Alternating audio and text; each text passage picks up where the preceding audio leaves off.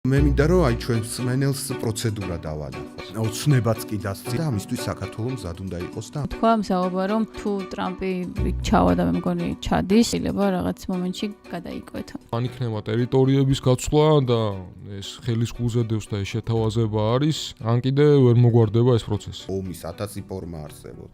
ესე ვინ ომობს ბომბებით და ჭურვებით დაიბიტი ამ ეპოქაში.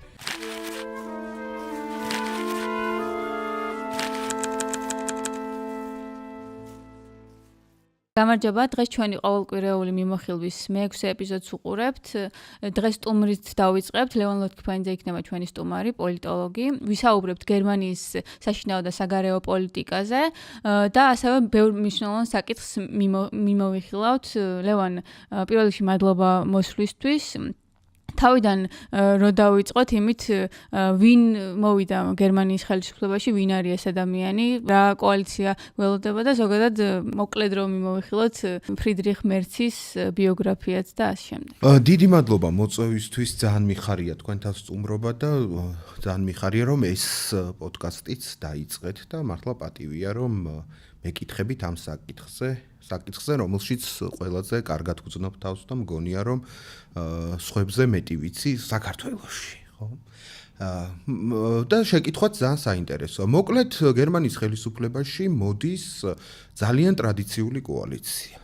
გერმანიას უკვე უკანასკნელი 70 წლის განმავლობაში 4-ჯერ მართავდა ქრისტიან-დემოკრატების და სოციალ-დემოკრატების კოალიცია. ანუ ყველაზე ტრადიციული, პროევროპული, კონსერვატიული პარტია და ყველაზე ტრადიციული პროევროპული მემარცხენე ცენტრისტული პარტია ერთიანდებიან ერთი ქოლგის ქვეშ.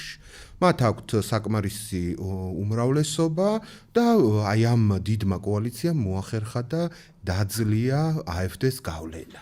ანუ ულტრამემარჯვენეები ჩააჩოჩა პოლიტიკური ველიდან ხელისუფლებამდე ყოველ შემთხვევაში ვერ მიიყვანა, პარლამენტში ძალიან მძლავრად არიან წარმოდგენილნი, მაგრამ მათ გარეშე ხელისუფლების ჩამოყალიბება ჯერ კიდევ შესაძლებელია გერმანიაში და ეს მოხდა სწორედ სოციალ-დემოკრატების და ქრისტიან-დემოკრატების ალიანსის საფუძველზე. ქრისტიან-დემოკრატების ლიდერი ფრიდრიხ მერცი ძალიან საინტერესო ფიგურა არის. ჯერ ერთი ის არის უკიდურესად ბრძოლისუნარიანი ფიგურა. ფრიდრიხ მერცი 4-ჯერ იბრძოდა ქრისტიან-დემოკრატიული პარტიის ლიდერობისთვის და კანცლერობისთვის. ჯერ მერკელს ებრძოდა, მერე ანეგრეტ კრამპ-კარენბაუერს, მერე არმინ ლაშეტს, ხო, ანუ 3-ჯერ იყარა კრენჭი ქრისტიან-დემოკრატიული პარტიის ლიდერობაზე, 3-ჯერ დამარცხდა, მაგრამ მე-4-ჯერ მაინც წავიდა ბრძოლაში და მე-4-ჯერზე მოახერხა, ასე ვთქვათ, ხელისუფლებაში მოსვლა და კანცლერის პოსტამდე მისვლა. მეორე მისი მახასიათებელი არის ის, რომ ჰქონდა ძალიან დიდი ჩავარდნა. ფაქტობრივად 2002 წლის შემდეგ ფორმალურად ცოტა გვიან წავიდა, მაგრამ 2002 წლიდან 2018 წლამდე იგი მთლიანად ეკონომიკურ საქმიანობაში და ბიზნეს საქმიანობაში იყო ჩართული და ყველგან ნამუშევარი აქ რა, ყველა დიდ გერმანულ კორპორაციაში დაწყებული რაღაც ბანკებიდან, სატელეკომუნიკაციო ბიზნესით გაგრძელებული, საინვესტიციო ბაზარზეც ნამუშევარი აქ და არის ძალიან შეძლებული კაცი, არის მულტიმილიონერი. გერმანიაში ხშირად ხუმრობენ ხოლმე რომ მას ხუმრობენ რა, მართლა თავის თვითფრინავი ყავს, ჯეტი, თვითონ მართავს და დაფრინავს ხოლმე აქეთ იქ. სხვა ქვეყნების გადავკიდე აღარ გვიკვირს. მაგრამ ევროპის შუაგულში მაინც გასაკვირია ესეთი მდიდარი მთავრობის თავმჯდომარე. და კიდევ ერთი მახასიათებელი ფრიდრიხ მერცი არის ანტი-მერკელი. რა გაგებით, ახლა ჩვენ ვიცით რომ ანგელა მერკელი ცდილობდა საერთო ენის გამონახვას ცენტრისტულ პარტიებთან. ის ცდილობდა ცოტა უფრო სოციალ-დემოკრატიული გაეხადა თავისი პარტია, ცოტა უფრო მწვანე გაეხადა, ხო?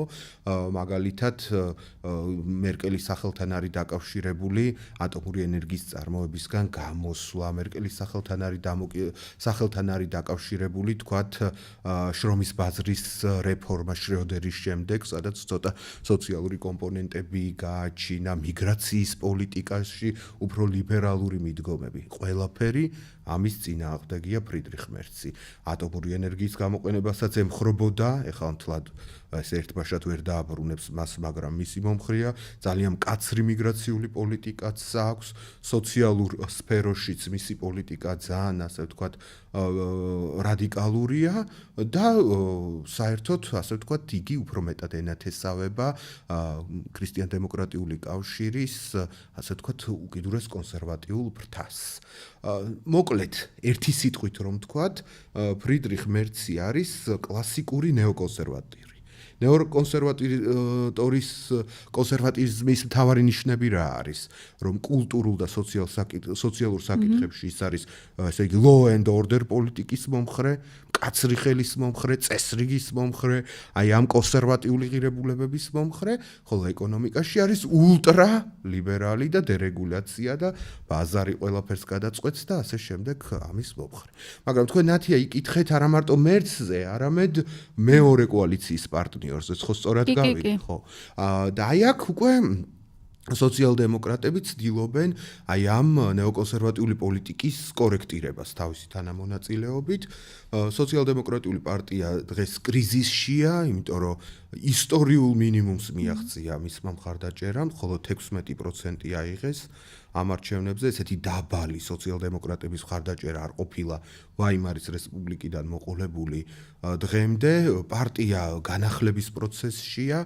მას სათავეში დღეს უდგას ბატონი ლარს კლინგბაილი. ბატონი ლარს კლინგბაილი არის, ესე იგი, ქვემო საქსონიიდან ევროპარლამენტში დამუშევარი კაცია. ის გახდება სავარაუდოდ ფინანსთა მინისტრი. აი ამ ფინანსთა მინისტრის პოსტზე სოციალ-დემოკრატის დანიშვნით სოციალ-დემოკრატები ინარჩუნებენ ერთგვარ, ესე ვთქვათ, ნახევარ ვეტოს უფლებას სამთავრობო გადაწყვეტილებებზე.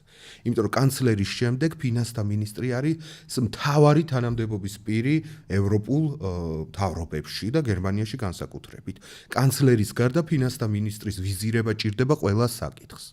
რა თქმა უნდა, მისი შეფერხებული საკითხების, ასე ვთქვათ, დაძლევა უფრო ადვილია, ვთქვათ, რომელსაც პირობითად ვეტო დაადო ფინანსთა მინისტრმა იმას დაძლევენ ადვილად ვიდრე კანცლერის დადებულ ვეტოს, მაგრამ მაინც მას შეუძლია მუხრუჭი მისცეს ძალიან ბევრ პროცესს და აი ამით დააკორექტიროს, ასე ვთქვათ, ამ კოალიციის შიგნით ვითარება. და ერთსაც გეტყვით თვითონ პროცედურებს, ეხლა სოციალ-დემოკრატებზე ბევრი ლაპარაკი შემიძლია, ვიცი რომ შეზღუდული ხართ დროში და ამით თავს არ შეგაწყენთ, იქ დიდი განახლების პროცესი მიდის, სავარაუდოდ ბევრი ახალგაზრდა, ასე ვთქვათ, თანამდებობის პირი გამოჩნდება სოციალ-დემოკრატიული პარტიის კვოტით, ბევრი ქალი გამოჩნდება როგორც ყოველთვის და იქ პარტიაში რაღაც გადააზრება მიდის პროცესების. უბრალოდ მე მინდა რომ აი ჩვენ მსმენელს პროცედურა დავანახო, ხო? ნახეთ, ჩვენ საქართველოში სულ ამბობენ რომ აი როდის შეიკრიბება გერმანიის მთავრობა, რომელმა ის და ასე შემდეგ, ესე მარტივად იქ არ ხდება ყველაფერი. ძალიან დემოკრატიული პროცედურა არის სოციალ-დემოკრატიულ პარტიაში. კოალიცია ხო შეთანხმდა. ჯერ ეს კოალიციის შეთანხმების პროცესი იყო არაჩვეულებრივად ხანგრძლივი. სადღაც, თქვათ, 200 პოლიტიკოსი იყო ჩართული, 20-ზე მეტ სხვადასხვა სამუშაო ჯგუფში იყვნენ გაერთიანებულნი, ინტენსიურად მუშაობდნენ, რომ შეექმნათ ეგრეთ წოდებული კოალიციონსფერტრაკ, ანუ კოალიციის ხელშეკრულება. ეს ხელშეკრულება შეადგინეს, მაგრამ ამით არაფერი არ მთავრდება. ქრისტიან-დემოკრატიული პარტიის ყრილობამ უნდა დაამტკიცოს ეს დოკუმენტი, ქრისტიან-სოციალური კავშირის მთავარმა საბჭომ უნდა დაამტკიცოს ეს დოკუმენტი და ნახეთ ქრისტიან-დემოკრატებისგან და ქრისტიან-სოციალური კავშირისგან განსხვავებით სოციალ-დემოკრატიულ პარტიაში არსებობს ეს პლებისციტური დემოკრატია, სოციალ-დემოკრატიული პარტიის 360,000 წევრი შეუძლია რომ გახსნას თავისი კომპიუტერი და მისცეს ხმა ამ კოალიციის შეთანხმებას, არ მისცემს ხმა. აი 28 აპრილს დასრულდება ეს პროცესი სოციალ-დემოკრატიულ პარტიაში, იქვე გაიმართება ასევე აპრილის ბოლოს უკვე ეს ყრილობა ქრისტიან-დემოკრატებისა და უკვე 6 მაისს ელოდებიან რომ ფრიდრიხ მერცი გახდება კანცლერი, მისი ვიცე-კანცლერი იქნება ბატონი ლარს კლინგბაილი და გერმანიის ახალი მთავრობა დაიწყებს მუშაობას. რა პრიორიტეტები ექნება ახალ კოალიციურ მთავრობას და რატო ვკითხულობ ახლა? ამ საერთაშორისო მედიაში გავრცელდა ხმა, რომ მერცის პირველი ვიზიტი იქნება კიევში ზელენსკისთან. და ეს საკითხი ალბათ ყველაზე მეტად აწუხებს როგორც ოკეანის მიღმა, ისე ევროპულ კონტინენტს, ხო, უკრაინის საკითხი. უკრაინაც და არა მარტო, რა მთავარი საგარეო პრიორიტეტები შეიძლება ქონდეს აი ამ კოალიციას და რამდენად შეძლებს ეს კოალიცია რომ გადაჭრას ის გეოპოლიტიკური დაბრკოლებები, რაც ახლა აქვს ევროპის კონტინენტზე. პირველი დაბრკოლება, რომელიც შეხვდა ბატონ მერცს მთავრობისკენ და კანცლერობისკენ მიმავალ გზაზე, ეს არ ყოფილა კოალიციის შეთანხმება და ამ შეთანხმების ხარდაჭერა და მისი ლეგიტიმაციის მოპოვება. პირველი პრობლემა, რასაც წააწყდა მერცი, ეს იყო ფულის არარსებობა, ხო? გერმანიაში ეკონომიკა არ იზრდება, ხა საქართველოსნაირი ქვეყანა ხო არა ვარ 10%-ით გაიზარდოს ქვეყანა, ხო არ არის გერმანია ესეთი ქვეყანა, იქ ეკონომიკის ზრდა შეფერხებული ამ კრიზისების ფონზე და ამხელა გამოწვევების წინაშე დგას ხო გერმანია და ევროპა. და ნებისმიერ გადაწყვეტილებას სჭირდება დაფინანსება. ხოლო გერმანიის კონსტიტუციაში 2009 წლიდან არსებობდა ესეთი ჩანაწერი შულდენბრემსზე, ხო? ვალების მუხრუჭი, რომლის საშუალებითაც, ეკრძალებოდა მთავრობას გარკვეულ პროცენტულ წილზე მაღალი ვალის აღება, რომ რაღაც სხვა საქმიანობები დაეფინანსებინა. აი მერცმა თავისი არჩევნების შემდგომ პირველი ერთი თვე დახარჯა იმისთვის, რომ მოეპოვებინა უმრავლესობა საკონსტიტუციო ცვლილებებისთვის, რათა შესაძლებელი გამხდარიყო გერმანიის მხრიდან 12 წლის განმავლობაში 500 მილიარდი ევროს ვალა დაღება. და ვიტყვი რა ამას, იმიტომ რომ ძალიან მნიშვნელოვანია და ძალიან მე თუ მკითხავთ მშვენიერი ამბავიც არის, ხო? აი დემოკრატიას ხშირად ლანძღავენ, რომ რა არის რა უბედურება გვიანიღებ გადაწყვეტილებას, მაგრამ აი მე სულ მოხიბლული ვარ აი ამ ესე იგი მრავალმხრივობით, რაც გერმანულ დემოკრატიას აქვს. აი წარმოიდგინეთ, არჩევნებში გაიმარჯვა მერცმა, დამარცხდნენ სხვა პარტიები, მაგრამ მერცს უნდა ისეთი გადაწყვეტილების მიღება, რომლის ცხოვრებაში გატარებაც შეუძლებელია დამარცხებულთა მხარდაჭერის გარეშე. ანუ მას რო კონსტიტუცია შეეცვალა, ჭირდებოდა არა მხოლოდ სოციალ-დემოკრატების, არამედ მწვანეების მხარდაჭერაც. მთელი დრო არჩევნების შემდგომი ერთი თვის განმავლობაში დაიხარჯა იმაზე, რომ როგორმე მწვანეები მიემხროთ. ოდიშთან წინა კოალიციის კონფლიქტიც პრინციპში ამ საკითხზე იყო ზუსტად და სწორი ხართ ლიბერალებთან დაიწყო ეს კონფლიქტი და მწვანეები მოიმხრეს პირობით, ანუ დამარცხებულ პარტიას გერმანიაში შეუძლია, რომ საკუთარი პირობები დაუწესოს მომავალ ხელისუფლებას ცენტრალური გადაწყვეტილებების მიღების დროს. მწვანეებმა თქვეს, რომ აი 500 მილიარდი გინდათ ვალის აღება, აქედან 100 მილიარდი უნდა დაიხარჯოს კლიმატმეგობრული ტექნოლოგიების და ინფრასტრუქტურის და მეორე საკითხია, როგორ რის ხარჯზე მოხდება ეს, რომ ჩვენაირი ქვეყნები მაგალითად მესამე მსოფლიოს ქვეყნების ხარჯზე მოხდება ალბათ. ხო, ეგ კიდე ცალკე განხილვა და რა თქმა უნდა ეგ პრობლემაც არსებობს, ხო? და აი მწვანეებთან მოაგვარეს ეს საკითხი. ხო, ეხლა მეორე ამბავი წარმოიშვა, რომ გერმანიას აქვს პარლამენტის ზედა პალატა, ბუნდესრატი. იმან უნდა დაამტკიცოს ასევე ეს ცვლილება. და ბუნდესრატშიც ეხლა გერმანიის 16 მთავრობიდან, რეგიონალური მთავრობიდან, ზოგიერთის მთავრობაშიც ისეთი პარტია, როგორიც არის სარა ვაგენკნეხტის გაერთიანება. რომელიც ამ ვალების აღებას, რომელიც ძირითადად შეიარაღებაზე და ინფრასტრუქტურაზე უნდა დაიხარჯოს, არ უჭერს. თან რუსეთთან ცოტა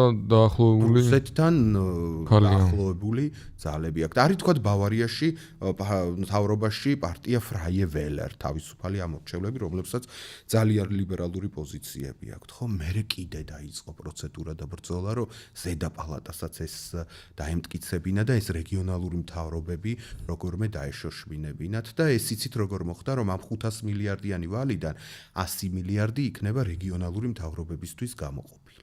და დანარჩენი 300 მილიარდი იხარჯება სამხედრო და ინფრასტრუქტურული ხარჯებისთვის. ეს არის ძალიან მნიშვნელოვანი.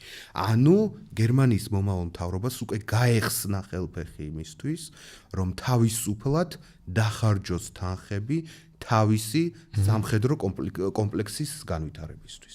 ბოლო წლებში გერმანიაში სამხედრო სამინისტრო, თავდაცვის სამინისტრო, მეორე ხარისხოვან სამინისტროთ იცვლებოდა, დაფინანსება მაინც და მაინც სერიოზული არ ჰქონდათ.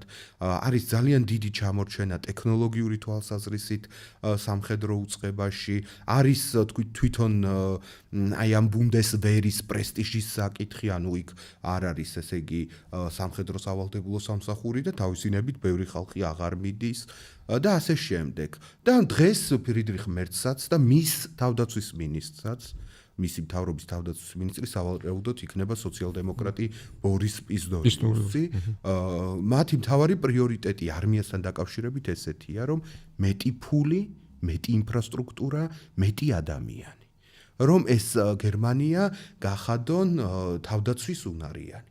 და კიდევ ერთი დეტალი არის ის, რომ პირველად გერმანიის ფედერაციული რესპუბლიკის ისტორიაში გერმანიამ უკვე არის ეს ინფრასტრუქტურა გამართული ლიტვაში, პირველად თავის ისტორიაში ლიტვაში 5000 ჯარისკაცი იქნება სტაციონარირებული თუ როგორ ამბობენ, იქ იქნებიან რა, 5000 კაციანი ბაზა არის შექმნილი ბელარუსის. ეგ რაღაც უპრეცედენტო ამბავია, იმიტომ რომ მეორე მსოფლიო ამბავია და ამით გერმანია ამბობს, რომ ჩემი საზღვრიდან არ იწყება ჩემი ინტერესები, ევროპის საზღვარი ჩემთვის მნიშვნელოვანია და უკრაინის მერე და საქართველოს მერე ერთ-ერთი მთავარი ქვეყანა, რომელიც საც უდგას უსაფრთხოების პრობლემა ევროპაში, ბალტიის ქვეყნებშიც კიდე ყველაზე დიდი პრობლემა ლიტვას აქვს, იმიტომ რომ ბელარუსი, რუსეთი ყავს მეზობლად ეს კალინინგრადის ოლქი და უბედურება და ძალიან შეშინებულები არიან იქ და ეს განაცხადია. ასე რომ ნახეთ, მომავალი მთავრობა სამხედრო თვალსაზრისით იქნება გაცილებით უფრო ძლიერი, გაცილებით უფრო მომარაგებული. ეს ვალი შესაძლებლობას აძლევს გერმანიას იმისა, რომ თავისი ბიუჯეტიდან უკვე უკრაინას მხარდაჭერა გააგრძელოს და არ დატოვოს მარტო და ამ ხრივ მოკლედ გერმანია სუსტი პოზიციით არ იქნება წარმოდგენილი. რაც აღნიშნა, რომ ჩამორჩენა აქვს ტექნოლოგიების მხრივ მთელი ამ დროის განმავლობაში მეორე მსოფლიო ომის შემდეგ, რაც აღიდგინა თავისი დანგრეული ნაწილი, ინდუსტრია ფაქტობრივად მთელი ევროპა და მათ შორის გერმანიას ტექნოლოგიური განვითარების კუთხით ამერიკასთან და იგივე ჩინეთთან შედარებით ძალიან დიდი ჩამორჩენა აქვს და ხელოვნური ინტელექტის და სამხედრო თვალსაზრისით და იყო რეალურად ხო ანუ აქამდელი ესე ვთქვათ სოფლიო წესრიგი ისეთი რა დროსაც ვთქვათ შტატები იყო ვთქვათ ქოლგა დამცავი და რიჩარდ ულფი რომ არის ერთი ამერიკელი ეკონომისტი ის ამბობს რომ ამით ევროპას ქონდა ფუფუნება რომ ქონოდა სოციალური კეთილდღეობის სახელმწიფო და ვთქვათ თავდაცვაზე იმდენი არ ეხარჯათ. კი ბატონო. ხო და აი წინა კითხვა რომ გავაგრძელოთ თან რომ მიუბრუნდე კიდეც ახლა რეალურად მაგის გადატრიალება ხდება იმიტომ რომ სამხედრო ესე ვთქვათ საკითხებზე აქამდე ბევრი ფიქრი არ მიდიოდა ევროკავშირში არც ისე იყო საქმე რომ ვთქვათ დასავლეთ ევროპული ქვეყნების საზღვარი უკრაინიდან და ბალტიისპირეთიდან იწყებოდა. ახლა ეს ყველაფერი შეიცვალა ალბათ ტრამპის ეს პოლიტიკის გამოც ხო ვთქვათ ბლუმბერგზე წავიკითხი ახლა რომ უკრაინა ემზადება ყველაზე ცუდი სცენარისთვის რომ შტატები შეწყვეტს საერთოდ დახმარებას და მიატოვებს და იმაზეცაა ლაპარაკი რომ შეიძლება რუსეთთან ისე დაათბონ ურთიერთობა რომ ვიცი აქეთ შემოუტრიალდეს უკრაინას ამ ორი სახელმწიფოს დამთვარი ურთიერთობა ამიტომ გერმანია როგორც თავარი გამწევი ძალა ევროკავშირში ალბათ მას მოუწევს თავის თავზე ამ ყველაფრის აღება. და აი ეს მერცის განცხადება რომ გერმანია ბრუნდება და ჩვენ ესე ვთქვათ თანასწორები ვიქნებით უკვე ხო ამ სოფლიო პოლიტიკაში შტატების, ჩინეთის და ასე შემდეგ, ეგ რამდენად რეალისტურად მიგაჩნია, რამდენად არის მაგის პოტენციალი. და ერთსაც დავამატებ, კი არა და პრინციპი უფრო კომენტარია. ჯერჯერობით არ მოვიდა ეს მემარჯვენე ნაცისტური ფაშისტური პარტია და რამდენად საშიშია ამის ანუ თან გადაიარაღება და გაძლიერება და მოკლება ხო სოციალურ პოლიტიკაზე რაღაც თანხების და მეორე მხრივ ხო დიდი საფრთხეა რომ გერმანიაში შემდეგი მთავრობა AfD იყოს და რამდენად საშიშიც არის ანუ გერმანიაშიც და მთელ მსოფლიოშიც ყველა ხვდება რომ მსოფლიო ისეთი აღარ არის როგორც იყო პოსტსაბჭოთა პერიოდში. პარადიგმა არის ფუნდამენტურად შეცვლილი. ამ პარადიგმის ცვლილების პირველი ნიშანი არის ის, რომ ესე ვთქვათ, დასავლეთი ერთიანი აღარ არის. დასავლეთი თუ ადრე ასოცირდებოდა ერთ სტრატეგიულ ავტონომიურ ერთეულად სოფლიო პოლიტიკაში, ეს ასე აღარ არის.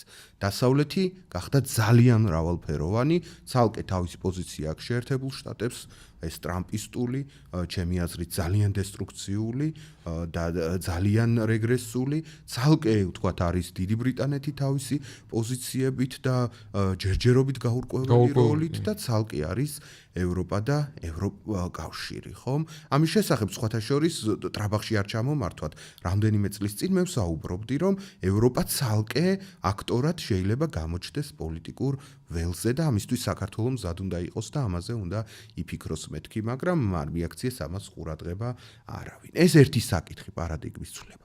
მეორე ცვლილება რა არის, იცით, რომ ნელ-ნელა იშლება საზღვრები, ასე ვთქვათ, ომსა და მშვიდობას შორის. იშლება საზღვრები მტერსა და მეგობარს შორის. ხომ? აი ძალიან გაბუნდოვანებული და მქრქალია ეს საზღვრები. ეხლა ჩვენ ომს ვეძახით მარტო იმას, რაც უკრაინაში ხდება, ბომბებს რო ესვრიან ერთმანეთს და სისხლი რო იღვრება. ხო, მარტო ამას ვეძახით ომს? ომი არ არის, თქვათ ის ენერგეტიკული ურთიერთდამოკიდებულება, რაც არის სხვადასხვა ქვეყნებს შორის, რო უბლოკავენ, უჩერებენ, არაწვდიან, თქვათ სხვადასხვა სატარიფო ომი, საბაჟო, რომელზეც ვარ ითქვა უკვე ტრამპმა. ხო, ომის ერთ-ერთი სახეობა არ არის ის, რასაც თქვათ რუსეთი აკეთებს ძალიან ბევრ ქვეყანაში, საქართველოში, რუმინეთში, არჩევნებში ჩარევა. ჰიბრიდული ომი ზემოქმედება, ომი ტექნოლოგიებით თქვენ რაც ახსენეთ, ხო? ეს ჩინეთს და ამერიკას თავისი ტექნოლოგიები აქვს, რომელსაც არ უთმობს სხვა იმას, რა ქვია, სხვა ქვეყნებს. ანუ ომი გახდა უკვე ძალიან მრავალფეროვანი, სხვადასხვა ფორმით მიმდინარეობს და სადომია და სამშვიდობა ამის გარკვევა თანადროულ სამყაროში შეუძლებელია. და მტერსა და მოყვარეს შორის საზღვარი წაიშალა, ხო? ეხლა ვინ უფრო შეერთებული შტატები რუსეთთან მიმართებით არის ძალიან ასე ვთქვათ კონსტრუქციულად განწყობილი, კონსტრუქციული დიალოგს აწარმოებს პუტინთან რიადში და სხვადასხვა სივრცეებში შეერთებულ სანქტ-პეტერბურგშიც და ამ დროს ევროპის ფუნდამენტურ ნაწილს, პატარა უსაყვარლეს სახელმწიფოს, სოციალ-დემოკრატიულ სახელმწიფოს, ძალიან მაღალ დონეზე მოწყობილ სახელმწიფოს, დანიას, ესე ვთქვათ, ხადებს ომს, ესე იგი გრენლანდიასთან დაკავშირებით ემუქრება და ასე შემდეგ. ანუ რა გამოდის ახლა რიგითი ამერიკელი ფიქრობს, რომ ვინ უფრო დიდი მეგობარია ჩვენი, დანია თუ რუსეთი თუ ორივე მტრები. და ევროკავშირიც მტრისხატია. ხო, ევროკავშირიც მტრისხატია. ასე რომ აი ეს პარადიგმები იცვლება. აი დღეს მაგალითად პროფესორმა ჟორჟოლიანმა თავის ერთ-ერთ ტექსტში აღნიშნა და ესე ევროპაშიც ძალიან ცნობილი აზრია, რომ ხო აი ჩვენ ხო გქონდა რაღაც ერი სახელმწიფოების წესრიგი, ეხლა ჩვენ ვართ რაღაც მე-19 საუკუნესა და 21 საუკუნის შორის გაჩხერილები. ესე იგი ერი სახელმწიფოების ნაცვლად ბრუნდებით აი ამ იმპერიულ იმებზე, რა ქვია, რელსებზე, ეხლა რასაც ტრამპი აკეთებს ეს იმპერიალიზმია. ხო, თავისი ახალი ფორმებით, რასაც პუტინი აკეთებს იმპერიალიზმია და ეს ერი სახელმწიფოების მნიშვნელობა უნდა გაქრეს ამ იმაში თანამედროვე სოფლიო წესრიგში და მარტო რეგიონალური ან გლობალური ზესახელმწიფოები, ანუ საზღვრების გადახედვის პოლიტიკა მინდის გადახედონ საზღვრებს და ასე შემდეგ, ხო? და მეორე მხრივ ნახეთ, ეს არის 19 საუკუნის გადმონაშთი, მაგრამ მეორე მხრივ გვაქვს აი ეს სუპრანაციონალური ორგანიზაცია ევროკავშირის სახით. ისიც ერი სახელმწიფოს პარადიგმის გადახედვა, მაგრამ უფრო პოზიტიური თვალსაზრისით, იმიტომ რომ ამერის სახელმწიფოებისგან შედგება ეს და იმპერიული მიზნები არა აქვს, ხო? ანუ ნახეთ, ხო შევდივართ ისეთ ეპოქაში, სადაც პატარა დღეს ხო ოცნება ლაპარაკობს სუვერენიტეტზე, ხო? ეს პატარა სახელმწიფოები თავის მნიშვნელობას კარგავენ და ან ევროკავშირის ტიპის დიდი ალიანსები იღებენ საკუთარ თავზე პასუხისმგებლობას, რომ შექმნან გლობალური პოლიტიკა, ან ეს ახალი იმპერიები. ეს მსოფლიო წესრიგზე რაც შეგვიძლია ვთქვათ. ეხლა საკუთრივ ევროპას გერმანელები აცნობიერებენ, რომ წარსულში მათ ბევრი შეცდომა დაუშვეს.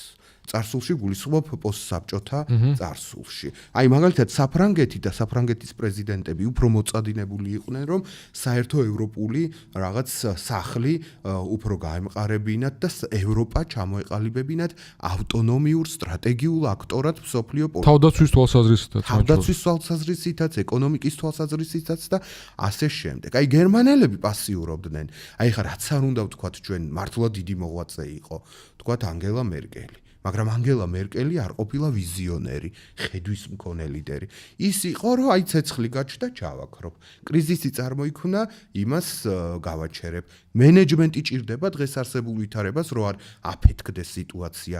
მენეჯმენტს გავატარებ და არ ავაფეთქებ სიტუაციას, მაგრამ აი ხედვა, ჩამოყალიბება აი ამ ევროპის როგორც დამოუკიდებელ აქტორად ამაზე თქვათ ნაკლებად ფიქრობდა იგი და ყველაფერზე თავს უქნევდა ამერიკას ხო რეალურად ეგრეთ თვალად არის მაგრამ არ ართულებდა სიტუაციას კონფლიქტში არ შედიოდა და ასე შემდეგ ეხლა შოლც განსხვავებული ხედვა ჰქონდა მაგრამ ძლიერი არ აღმოჩნდა და ასე შემდეგ თორემ ამ პრაღაში ლექცია ჩაატარა ცნობილი სადაც ისაუბრა თქვათ ევროპის გამოკვეთილ როლზე მაგრამ აი დღეს უკვე ხვდებიან გერმანელებიც რომ დრო აღარ არის მოცდის დრო აღარ არის. ევროპა უნდა გახდეს სუვერენული აქტორი. დღეს ევროპაში მაკრონიც, მერციც საუბრობენ ეგრეთ წოდებულ ევროპული სუვერენიტეტის იდეაზე. ეს რას ნიშნავს? პირველი, რაც ნათი ამ გითხრა, ხო? ტექნოლოგიურად ევროპა არ უნდა იყოს დამოუკიდებელი არც ჩინეთზე და ამერიკაზე, მას უნდა ქონდეს თავისი ტექნოლოგიები, დამოუკიდებელი ტექნოლოგიები, ძლიერი ტექნოლოგიები და ტექნოლოგიურ სუვერენიტეტს უნდა მიაღწიოს. მეორე და მნიშვნელოვანი ამბავი არის ის, რომ ევროპაში უნდა მოხდეს და ამას მერციც ემხრობა თავის ხედვით, ესე იგი Europäische Verteidigungsgemeinschaft, ესე იგი ევროპული თავდაცვის თანამეგობრობა. ნატო გუშინდელი დღეა ბევრი გერმანელის აზრით და არა მხოლოდ გერმანელის აზრით. ნატო არის ცივი ომის პროდუქტი. ნატო, სადაც ამერიკას ესეთი როლი აქვს და ევროპა მართლა გარედან უყურებს და ამას ქოლგად განიხილავს, ესე იგი თავის ფუნქციას ვეღარ ასრულებს. საჭიროა რომ ევროკავშირს ჰქონდეს თავისი სამხედრო ფუნქცია.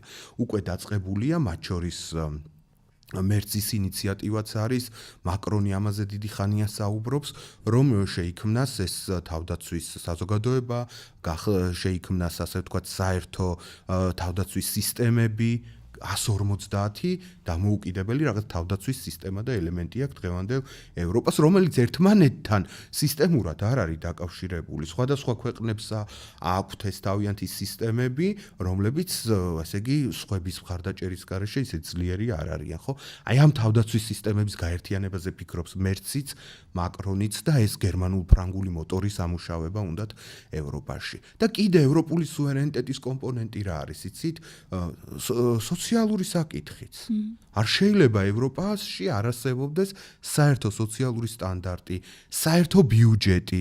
ეხლა კი გამოჩნდა ამისი ნიშნები, მაგრამ საერთო საბიუჯეტო პოლიტიკა, რომ აი ეს სოციალური სისტემა უზრუნველყოფილი იყოს, საერთო რეგულაციები, რომ Facebook-ის და რაღაც სხვა ტრანსნაციონალური კორპორაციები ევროპულ სივრცეში რო შემოდიან, მათ დახვდეთ ევროპული რეგულაციები და ამერიკული წესებით ან ჩინური წესებით ევროპაში არც ფული კეთდებოდეს და არც საქმე კეთდებოდეს. ამაზეც საუბრობენ ევროპაში და კიდევ ერთი კომპონენტი ევროპული სუვერენიტეტისა, ეს არის ევროპის მართლობის ცვლილება, ხომ? ევროპა, აი დემოსი საერთო ევროპული მასშტაბით, ხალხი საერთო ევროპული მასშტაბით არ არსებობს, ხო? არის ევროპარლამენტი, რომელსაც მართლა იმას ეძახია, რა ქვია, როგორ არის ქართულად? სალაყბო? სალაყბო არა, ესე იგი ცირკი რო გადაადგილდება ხოლმე ცირკი. ერთ ადგილას რო არ არის კარავს რო შლიან, ხო?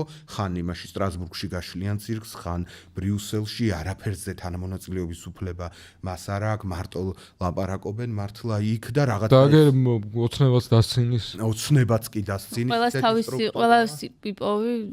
ყველა იპოვის მოკავშირეს ევროპარლამენტში თუ ორამდე ცოტა 700 კაცი არის, აგერ მე ვიცნობ ორს.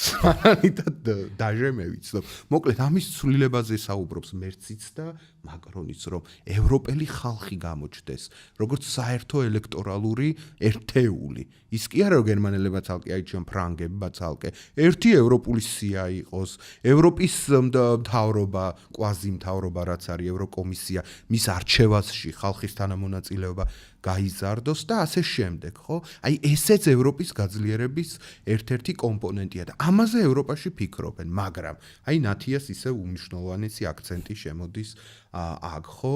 ამას ფიქრობს თქვათ მაკრონი, რომელსაც აქ უმძიმესი ვითარება თავის სივრცეში, შიგნით ქვეყანაში, პარლამენტში უმრავლესობა არ აყავს, ყავს ესე იგი უკიდურესად დაპირისპირებული როგორც მემარცხენე ბანაკი, ასევე ულტრამემარჯვენეების ბანაკიც, არ ყავს თავისი მემკვიდრე, ვინც დაასახელა ყველა მემკვიდრე ჩავარდა, მარი ლე პენი ყავს ესე იგი მთავარი ოპონენტი და იმასაც არჩევნებში მონაწილეობა აუკრძალა სასამართლომ, ეს რაც სრულიებას გამოიტანს თვითონ ქვეყნის შიგნით. ან გერმანიაშიც ნახეთ, ეხლა გადარჩა, როგორც ნათიამ თქვა, ეხლა გადარჩა გერმანია, რომ AfD-ს გარეშე ჯერ კიდევ არის შესაძლებელი მთავრობის ჩამოყალიბება, ხო? მაგრამ აი ავსტრიაში მაგალითად კინაღამ მოვიდა ხელისუფლებაში, გადარჩა, მაგრამ რის ხარჯზე გადარჩა?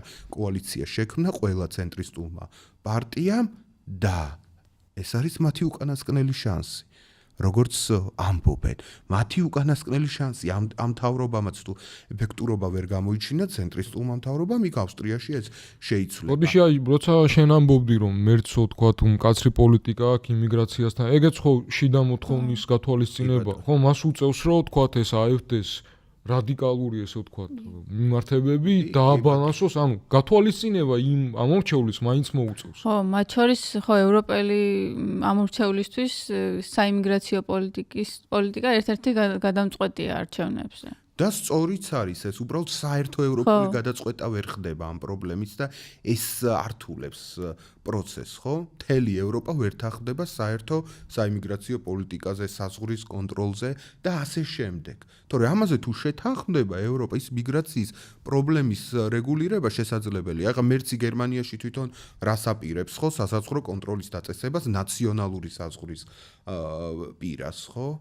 და ეს ახლა ბევრი გერმანელისთვის უკან დახევა, იმიტომ რომ ისინი ფიქრობენ, რომ მარტო ერი სახელმწიფოს ფორმით კი არ უნდა ვარსებობდეთ, აი ევროპა, ყველა გერმანელი საკუთარ თავს ევროპელად მიიჩნევს და არა მარტო გერმანელად არ მიიჩნევენ ისინი. უდიდესი უმრავლესობა ახლა კი წამოვიდა და AfD-ს ამორჩევლებიც კი ევროპის ნაწილად მიიჩნევენ საკუთარ თავს. და ამიტომ უნდათ პრობლემის საერთო ევროპული გადაწყვეტა. მაგრამ ეხლა იძულებულია ხო მერცი, რომ დააყენოს საზღვარზე სასაზღვრო პოლიცია, დეპორტაციის წესები გაამარტივოს და ბევრი ადამიანი გაასახლოს იქიდან. შეცვალოს თქვათ ოჯახის ჩამოყვანის უფლება, რო ქონდა ადგილზე მცხოვრებ ადამიანს, ეგ წესი შეცვალოს, სასამართლო პროცედურები შეუზღუდოს და შეამციროს მიგრანტთა საკითხების გამო. რაღაც დანაშაულს თუ ჩაიდნენ, დეპორტაცია მალევე მოხდეს და ანტისემიტიზმის დანაშაულად ითვლება. ღაზაში მიმდინარე ამბები, ხო და ვთქვათ პალესტინის საკითხი, რომელიც ხდება აი სიმპტომი, ხო, რაღაცნაირად ამერიკის შეერთებულ შტატებში, ვინც პროპალესტინურ მოძრაობაშია, ვთქვათ იმას ყოველგვარი კანონის და სამართლის გარეშე, ესე ვთქვათ, პირდაპირ ტერორისტის იარაღს აწებებენ და მიდის რაღაც მართლა ფაშისტურ პოლიტიკას აწარმოებენ ამ ხალხის მიმართ და ევროპასაც პრინციპში ამის საწინააღმდეგო არაფერი გაუკეთებია, ხმას არ იღებს. ნუ შეიძლება აქა-იქ რომელიღაც პოლიტიკოსი ლაპარაკოს იმის შესახებ, რაც ღაზაში ხდება და იქაც აი ფრანკფურტის წიგნის ბაზრობა მახსენდება, სადაც ვინც ხმა მოიღო და თქვა, რომ პალესტინელებსაც აქვთ არსებობის უფლებაო, იქიდან რაღაც ისინი მოყვა შეძახილები და სტვენა და გაყარეს ის ხალხი. აგერ ვარუფაკისი ამბობდა, რომ გერმანიაში იმას ვატარებდი თუ კონფერენციას პალესტინაზეო და არ მოგცეს ამის ჩატარების უფლებაო. ანუ ვენსის ეს მიუნხენის უსაფრთხოების კონფერენციაზე ნათქვამი, რომ ევროპას აქვს სიტყვის თავისუფლების პრობლემა, მიმართული იყო გასაგებია AfD-ს და ვთქვათ რადიკალ მემარჯვენეებს რატო ჩაგრავთო, მაგრამ ისე მეორე მხრივ რომ შემოვატრიალოთ, აი ამ პროპალესტინურ დაჯგუფებებს და აქტივისტებს დასდევენ მართლა და ოღონდ თვითონაც ასე ვენსი ხო არა, ცხადია იმათი ორმაგი სტანდარტი და უსინდისობა ერთი საკითხია, მაგრამ აი ამ ამბავზე რისი თქმა შეგიძლია? უბრალოდ მე ვერ გავიზიარებ თქვენს რადიკალურ შეხედულებას. აბა რატო? ისეთივე მძიმე ვითარება ევროპაში. არა, ისეთივე არ მithkoms, მაგრამ მაგრამ არც ეწინააღმდეგებიან. ხო, მაგრამ ძალიან დიდი პროგრესია. ჩვენ რა პოზიციებიც ქონდა ევროპას წარსულში პალესტინა-ისრაელის კონფლიქტთან დაკავშირებით. იმასთან შედარებით, ესე იგი, ის არის, რა ქვია, საფრანგეთი აღიარებას პროგრესი. საფრანგეთი მაგრამ აღიარების ის არის. ბოდიში ევროპა ერთს ვიტყვი, მარტო გერმანია და საფრანგეთი ხო არ არიან. ჩვენ გვაქვს საქმე ესპანეთის ძალიან პროგრესულ და ძლიერ ხელისუფლებასთან, ძალიან კოალიციურია და რაღაცა, მაგრამ აი იდეური თვალსაზრისით ძალიან მყარად დგას ბატონი პედრო სანჩესი, სოციალისტი, ჩვენიანი, რომელიც პალესტინის სახელმწიფოს აღიარებას აპირებს. ხო, ირლანდიის ხელისუფლება დგას ამ მიმართულებით ძალიან მყარად. გერმანიაშიც ახლა შეიძლება ფრიდრიხ მერცი არა, მაგრამ სოციალ-დემოკრატები, მწვანეების პოზიცია, დი ლინკეს პოზიცია არის ძალიან მკაფიო. პალესტინის საკითხთან დაკავშირებით საფრანგეთშიც მკაფიო ეს პოზიცია და რაც მთავარია ამერიკა ეხა ნელ-ნელა ცდილობს რომ ჩააჩოჩოს ეს two state solution იდეა მეორე მხარეს გადაწიოს და ეგ შეუძლებელია და მაგრამ ხო არა იგი ევროპა მაინც აი მაგისტრალური პოზიცია რამდენად არის ეგ მაგისტრალური პოზიცია არის ორი სახელმწიფოს შექმნა ახლო აღმოსავლეთში ევროკავშირის მაგისტრალური პოზიცია ბორელი რომელსაც ჰქონდა ესეთი მკაფიო პოზიცია და ისრაელში არის გამოცხადებული პერსონა ნონ გრატა და ასე შემდეგ. თუმცა, რაც თქვენ ბრძანეთ, მაგასაც ვიზიარებ, ხა შიგნით გერმანიაში მით უმეტეს ეს რთულია ხა ისრაელს დაუპირისპირდა ეს თავისი ისტორიული კომპლექსებიდან და ესე იგი წარსულიდან გამომდინარე ძალიან რთული ამ ნაბიჯის გადადგმა და ნელ-ნელა მაინც გამოცოცხლება არის ამ მიმართულებით და რა თქმა უნდა ესა ვერ აჩერებს იმ სისხლის ხვრაც რაც იქ ხდება და რა უბედურებაც ხდება, რაზეა ლაპარაკი ეს ვერ შველის, მაგრამ აი პროგრესი თქვა 10 წლის წინანდელ ვითარებასთან შედარებით ძალიან მკაფიოა და ესე იგი ისიც ხო საქმეა რომ ნეთანიაჰუს ევროპაში გამგზავრების პრობლემა აქვს. ყოველი გამგზავრების წინ მას უწევს მილიონი პროცედურის გავლა. სისხლის სამართლის საერთაშორისო სამართლის. ერთ-ერთი უნგრეთში ორბანთან შეუძლია შეისეირნოს როგორც კობახიძეს და ასე რომ ეს ვითარებაც ასე ვთქვათ შეცვლილი. ასე რომ ნახეთ ეხლა ევროპას და გერმანიას უპირველეს ყოვლისა აქვთ ეს ამოცანა, რომ აი გრეთხენის შეკითხვა, ხო? ანუ ფუნდამენტური შეკითხვა ამას. ევროპა დაიშლება და გახდება თქვათ რაღაც პატარ-პატარა სახელმწიფოები, თავიანთი გავლენის სფეროებით, ზოგი ჩინეთთან ითანამშრომლებს, ზოგი რუსეთთან, ზოგი შეერთებულ შტატებთან, თუ ევროპა იქნება სუვერენული და დამოუკიდებელი აქტორი თავისი გეოპოლიტიკური ინტერესებით, თავისი ეკონომიკით, ტექნოლოგიებით, მმართველობის სისტემით და ასე შემდეგ. მე იმედიანად ვარ განწყობილი. იმიტომ რომ ესე იგი ჯერ ესეთიც ულტრამემარჯვენეებიდან ვინც ხელისუფლებაში მოვიდა, შემდეგ მოიდრიგნენ. ხო, აი მაგალითად ჯორჯია მელონი, რომელიც კი დღემსაც უჩიჩხინებს ბრიუსელს მის წინააღმდეგ არის, მაგრამ უკრაინის საკითხი, თავდაცვის საკითხი, ამ ბრჭყალებში კარგი მემარჯვენე. ძალიან კარგი მემარჯვენე გახდა თავრობაში მის ტრამპთანაც უნიშნულოვანეს როლს ასრულებს მელონი, იმიტომ რომ მელონის საშუალებით ხელებს აქვს დალაპარაკების საშუალება. ხო, აგერ მერცი მოდის შედარებით ყარი მთავრობით. 2 წლიანი ვადა ჯერ კიდევ აქვს ბატონ მაკრონს რომ ეს საერთო ევროპული იდეები გაატაროს აქეთ სანჩესია და ასე შემდეგ. ხა ფიცო და ის კი არიან, რა ქვია, ორბანი მოწინააღმდეგები ამ პროცესის, მაგრამ აი ამ წუთას ნელ-ნელა ევროპა იღვიძებს სტრატეგიულად დამოუკიდებელი სუბიექტი თუ იქნება ევროპა. მერე ნახეთ აი ეს იგივე პალესტინა-ისრაელის კონფლიქტთან დაკავშირებითაც გაცილებით უფრო მკაფიო, დამოუკიდებელი და მყარი იქნება ევროპული პოზიცია. თუ ამერიკის საფინანსო ინსტიტუტებიდანაც დააღწევენ თავს. დააღწევენ, ნელ-ნელა დააღწევენ, იმიტომ რომ ეს სუვერენიტეტის იდეა მაგ საფინანსო ინსტიტუტების კონტროლსაც გულისხმობს. იგივე ირანის საკითხი, ხო, ტრამპი რო არ მოსულიყო, ევროპა მზად იყო ირანთან მოლაპარაკებებისთვის. ევროპული კომპანიები უკვე მზად იყვნენ, რომ ირანთან ურთიერთობები დაეწყოთ. ირანი უკვე მზად იყო, რომ ეს თავისი ატომური პროგრამა შეესრულოს. გერმანული კომპანიები მზად იყვნენ იმისთვის, რომ ირანში ინვესტიციები ჩაედოთ. ხო, მხოლოდ სამოქალაქო მიზნებისთვის რომ დაედავებინათ ატომი. აი ამ მაგრამ ტრამპის პირველი ვადის დროს ჩაიშალა ევროპა არ იყო მაშინ დამოუკიდებელი აქტორი. თუ დამოუკიდებელი აქტორი იქნება, თა რაღაც სხვა როლს შეასრულებს. ხო, გესმით? იგივე ერაყის ომი. ერაყის ომს ევროკავშირის წევრი ქვეყნები, დიდი ბრიტანეთის გარდა არ ემხრობოდნენ. იგივე პრეზიდენტი შირაკი, შროდერი, მთელი სილვიო ბერლუსკონი როგორც და სხვათა შორის მერკელიც მერკელის წინააღმდეგი იყო, თქვათ, აი ამ ბირთვული უბრალოდ ირანთან ურთიერთობების, ესე ვთქვათ, გადახედვის, მაგრამ ზუსტად საფინანსო ინსტიტუტებით დააშანტაჟა ამერიკამ ეს გერმანული კორპორაციები და უბრალოდ სხვა გზა აღარ დაუტოვეს და კი ბატონო, ეგეც იყო, მაგრამ მეორეს მხრივ, აი ევროპა მაინც ემხრობა ხოლმე ნაკლებ ომს, ნაკლებ უბედურებას ახლო აღმოსავლეთში, იმიტომ რომ ევროპელებმა ყველაზე უკეთიცია, რომ აი ეს დევნილთა ნაკადები და ტოლულთა ნაკადები პირველი მათ დააცხრებიან და მათ რაც მე ვესმა დააბრალა ევროპელებს თავიანთი დაწყებული ომებიდან წამოსული ნაკადები ევროპაში რო შევიდა. მაგაზე არავინ არ საუბრობს, აი წარმოუდგენელი უსამართლობა რო არსებობს აი ამ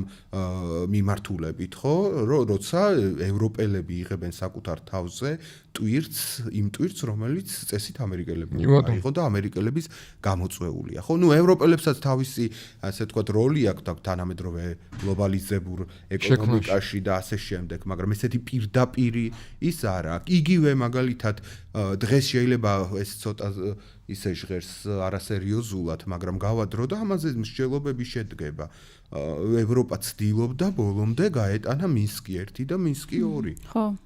ესე და როგორმე მშვიდობა მოეტანა უკრაინისთვის და რაღაც დაებალანსებინა ამ რეგიონში თუნდაც რაღაც კომპრომისების ფასად, რომ აი ფედერაცია შექმნილიყო თქვათ უკრაინაში და იმ დონბასს რაღაცა ხმა ქონოდა და დღეს საერთოდ ყირიმის გადაცემას უჩიჩხინებს და რა როლი ქონდა მინსკის მოლაპარაკებების დროს, სადაც საფრანგეთი და გერმანიამ თავი მოიკლეს შეერთებულ შტატებს და რა გააკეთა იქ იმისთვის, რომ თქვათ აი ეს საკითხები ბოლომდე გასულიყო. და მოკლედ ისე შეგვიძლია მივადგეთ დიდ ნოამ ჩომსკის და ვთქვათ, რომ აი ეს სუბორდინაციული დამოკიდებულება ყოველთვის არსებობდა ევროკავშირსა და შეერთებულ შტატებს შორის. ვასალი კონტინენტი. ხო, თლად ვასალი კონტინენტი არა, მაგრამ არსებობდა სუბორდინაცია. და ამან მიგვიყვანა იმ შედეგამდე, რომ როდესაც აი ამ სუბორდინაციის სათავეში მოდის ტრამპისნაირი ლიდერები, ევროპელები რჩებიან მარტო. აი ეხლაც ევროპის ერთ-ერთი მთავარი გამოწვევა ეგ იქნება, რომ დარწმუნებული ვარ თითქმის, რომ ესე იგი ტრამპის პოლიტიკა ესეთია, რომ მოგებას თუ ვერ ნახავს რაიმე საკითხში, იქიდან გადის და იქ არ მონაწილეობს. უკრაინაში ის მოგებას ვერ ხედავს. უკრაინაში ის ძალას ვერ ხედავს, მოგება და ძალა. აი ამ ორ ერთეულს წენს პატივს ტრამპი. ამას ვერ ხედავს ის. ამ ვითარებაში ის გადის. ხო, მინერალების შეთანხმებაც ეს არის, რომ ზაპოროჟიეს ამ ატომურ სადგურს ალბათ ჟარგონზე რო ვთქვა, დაითრევენ, ცდილობენ ყოველ შემთხვევაში. მაგრამ როგორც პოლიტიკური მხარდამჭერი უკრაინის გადის იქ. ეს ტვირთი თლიანად გადბოვა ევროპაზე და მე კიდევ ერთხელ ვიმეორებ, აი ამ შემართების იმედი მაქვს, რომელიც აქ ევროპის დღევანდელ ლიდერთა უმრავლესობას, რომლებიც აცნობიერებენ, რომ სხვა გზა დღეს არ აქვს გარდა თანამშრომლობისა. რამდენად იქნება ეს უკრაინის გადარჩენისთვის საკმარისი, ეს მე არ ვიცი, მაგრამ მარტო უკრაინა არ დარჩება და ესე იგი უკრაინასთან ესეთი პირობებით არ ილაპარაკებს ევროპა, რომ აი ყირიმი დათმე, დონბასი დათმე, ეს ისინი დათმე, ხერსონი და ხო, მაგაზე თითქოს ყველა შეთანხმებულია, რომ აი უკრაინის კონსტიტუციას რაც ეწინააღმდეგება და სუვერენიტეტს იმ პირობაზე უკრაინა არ უნდა წავიდეს და ამაში მგონი მხარს უჭერს. და ევროპელები ჯერ კიდევ რჩებიან რაღაცა იდეალების ერთგული, რომ არაფერი უკრაინის შესახებ უკრაინის გარეშე. ამერიკელები ამის წინააღმდეგ მიდიან და თვითონ რაღაც შემდეგ უყენებენ ხოლმე პირობებს უკრაინელებს, როცა რაღაცას მოილაპარაკებენ და რა თქმა უნდა პუტინიც სარგებლობს აი ამ ტრამპის პუტინს ახლა როგორც არ უნდა გვეზიცხებოდეს ჩვენ სულელი არ არის და ტრამპზე 1000-ჯერ უფრო მეტად გამოცდილება და ტრამპის აი ამ თვისებებს აი მერკანტილიზმს რაღაცა იაფასიან საჯარო ეგომანიაკობას რო ეს სიყვარულებას საკუთარი ეგომანიაკობის პორტრეტი გაუგზავნა ხო უტკოს გადასცა სადაც ეს გაკაცული რო და როგორ ვიტკოფმა რა თქვა როგორ ლოცულობდა ეკლესიაში წავიდა ვიგებს რა იაფასიანი ხრიკებით იცის როგორ ელაპარაკოს ტრამპ. ეგო როგორ გაუბეროს. მაგრამ აი იგივე ფრიდრიხ მერცი ამბობს რომ მე თან ამბობს წლებია რომ მე არ მაქვს პრობლემა ტაურუსის გადაცემის უკრაინისთვის. რადგან რუსეთმა თქვა რომ თუ ეგ მოხდება მივიჩნევთ რომ გერმანია ჩაერთო პირდაპირ ომში. ეს თქვეს, მაგრამ გერმანიას აქვს 1000 მეთოდი ამ ტაურუსის გადაცემის. ჯერ ჩეხოსლოვაკიას გადაცემს, ჩეხოსლოვაკია გადაცემს მას და ასე შემდეგ. ასე რომ მაგის იგვერდის ავლის ამბები არის. ეს ლაპარაკიც რო იყო რომ სამშვიდობო ბრიტანეთის და საფრანგეთის სამშვიდობოები უნდა ჩამდგარიყვნენ უკრაინაში და ამ შემდეგ და განიხილავდნენ და საბოლოოდ მე ვერ შეთანხმდეთ ამაზე და იმედია უფრო ჯერჯერობით ხელშესახებ ყველაფერი ჰაერშია გამო. ხელშესახებებებს მივიღე. იმიტომ რომ ცვლილებები. აი ხო გახსოვთ, აი ესე იგი რომის იმპერია როდის დაიშალა, მაგრამ საღვთო რომის იმპერია როდემდე არსებობდა და ეს რაღაცა რომის მანტრა, რომ რაღაც რომის წესრიგი არსებობს და რაღაცა მიდრეკილება ჰქონდა. ეხლა ჩვენთან რომის იმპერია დაიშალა, საღვთო რომის იმპერიაც იშლება თანამედროვე ეპოქის და რაღაც ახალი იბადება, ახალი წესრიგი, ახალი პარადიგმა და ესე მალე და სწრაფად და ეფექტურად არ წყდება. ისტორიისთვის ძალიან ცოტა დრო გადის რეალურად და ამიტომ მეორე მხრივ ისეთი რაღაც საშინელი ძალა რაც გლობალური ომის პარტია ართული ამისი დამარცხება. რა თქმა უნდა. Deep State. Deep State-ების და იმისი რა ქვია, რომელიც ესე იგი რუსეთის მხარეს უფრო დიდია, ხო მართლა ომის პარტია ის ვინ ომობს, ხო ვთქვით თავიდანვე ჩვენ რომ ომის 1000 ფორმა არსებობს. ესე ვინ ომობს ბომბებით და ჭურვებით დაიბიტი ამ ეპოქაში, შუაგულ ევროპაში. მაგრამ ნუ სხვა გზა, სხვა ხედვა მათ არ აქვთ და რუსებს და ეს მარტივად 19 საუკუნის მეთოდებით წყვეტენ ყველაფერს. და ესე ვერ გაგრძელდება. მოკლედ დიდხანს 21 საუკუნის და 19 საუკუნის ატრიბუტებით ერთად ცხოვრება ვერ გადგება. ან დავრჩებით 19 საუკუნეში, ან რაღაც ახალი შეიქმნება. და ეს რაღაც ახალი იქნება, ესე იგი, ევროპა სხვებთან სუბორდინაციის გარეშე. ევროპა ამერიკასთანაც, ასეთ ამერიკასთანაც კონფლიქტში, რუსეთთანაც კონფლიქტში, ჩინეთთანაც კონფლიქტში და თანამშრომლობა მესამე სამყაროსა და ევროპას შორის ეს შეიძლება იყოს ღერძი, რომელსაც ჩვენთვის მემარცხენეებისთვის სასურველი მომავალი შეიძლება დაეშინოს. კი ბატონო, პრინციპში მადლობა. მადლობა საინტერესო საუბრისთვის და ჩვენ გავაგრძელებთ სხვა საკითხებს. ვაგრძელებთ ჩვენს ყოველკვირეულ